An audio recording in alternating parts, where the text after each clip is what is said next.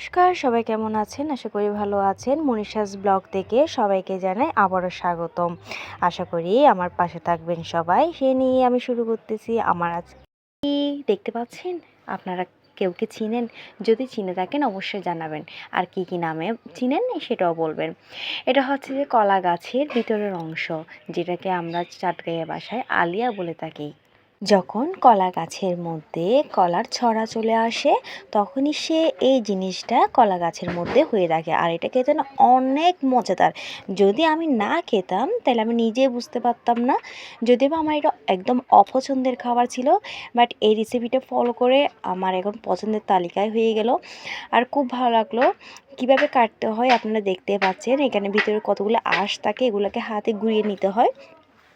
তো আমি এগুলাকে আলুর মতো করে চিকন চিকন করে কেটে নিচ্ছি প্রথমে, যে আপনারা যে কোনো মানে স্টাইলে কাটতে পারেন, কোনো সমস্যা না। আর এই আধুনিকতার যুগে আমি এখনও বটি ছাড়া কিছু করতে পারি না, আপনারা দেখতে পাচ্ছেন। এখনও আমি আধুনিকই হতে পারি না, সেই আগের যুগে রয়ে গেলাম।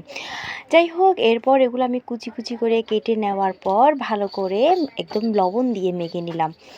হাতে কষলিয়ে কষলিয়ে অনেকগুলো পানি বের হয়েছে, পানিগুলো সরে নিলাম। এরপর একটা বাটির মধ্যে আমি আলিয়াগুলো নিলাম, তার মধ্যে কাঁচা লঙ্কা, পেঁয়াজ, তার মধ্যে হচ্ছে সর্ষে বাটা, হলুদ গুঁড়ো, মরিচ গুঁড়ো, মশলা গুঁড়ো সবগুলো পরিমাণ মতো দিলাম। তার মধ্যে জিরা গুঁড়ো দিয়ে দিলাম, আর সবগুলো দিয়ে ভালো করে একটু মিক্সিং করতে হবে। ও সাথে লবণও ছিল, যেটা বলতে একটু দেরি হয়ে গেল। তো ভালো করে হাতে মিক্স করে নেওয়ার পর কিছুক্ষণ রেখে দিতে হবে।